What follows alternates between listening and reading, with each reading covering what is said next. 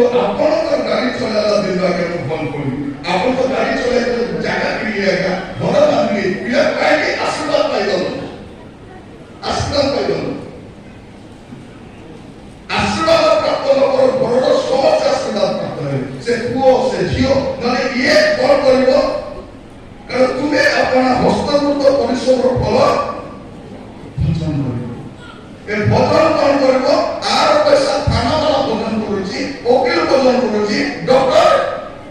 ଭୋଜନ କରୁଛି ଇଏ ଭୋଜନ କରୁନାହିଁ ପଇସା ଆସୁ ମେଡିକାଲ ଦଉନ ପଇସା ଆସୁ ଥାନାକୁ ଯାଅ ପଇସା ଆସୁ ଆଉ ବାରେ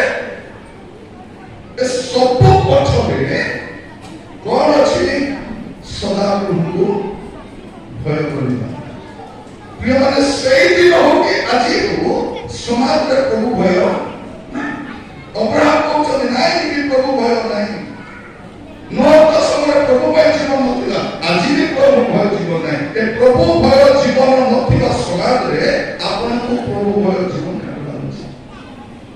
ସ୍ୱାମୀକୁ କହିଦେବ ତୁ କାହିଁକି କହୁଥିଲେ ଆଜି ଫୋନ କଲେ କହିଦେବ ହେଠି ମୁଁ କହୁଥିଲେ ଆଜି କିଛି କହୁଥିଲେ ବେଶୀ କହୁଥିଲେ କହିବି ନାହିଁ ତୁମେ ଯଦି ସଦାପ୍ରଭୁଙ୍କୁ ଭୟ କରିବ ତାଙ୍କର ପଥରେ ଚାଲିବ ଆମ ଘରର ସବୁ ଧନ୍ୟ ହେଇଯିବ ପୁଅ ଧନ୍ୟ ଝିଅ ଧନ୍ୟ ନାତି ଧନ୍ୟ ନାତୁଣୀ ଧନ୍ୟ ସବୁ ଧନ୍ୟ ନହେଲେ କଣ ହବ କଥା ଦଉଥିବ ନା ବସି କିଛି ଧରା ହବ ନାହିଁ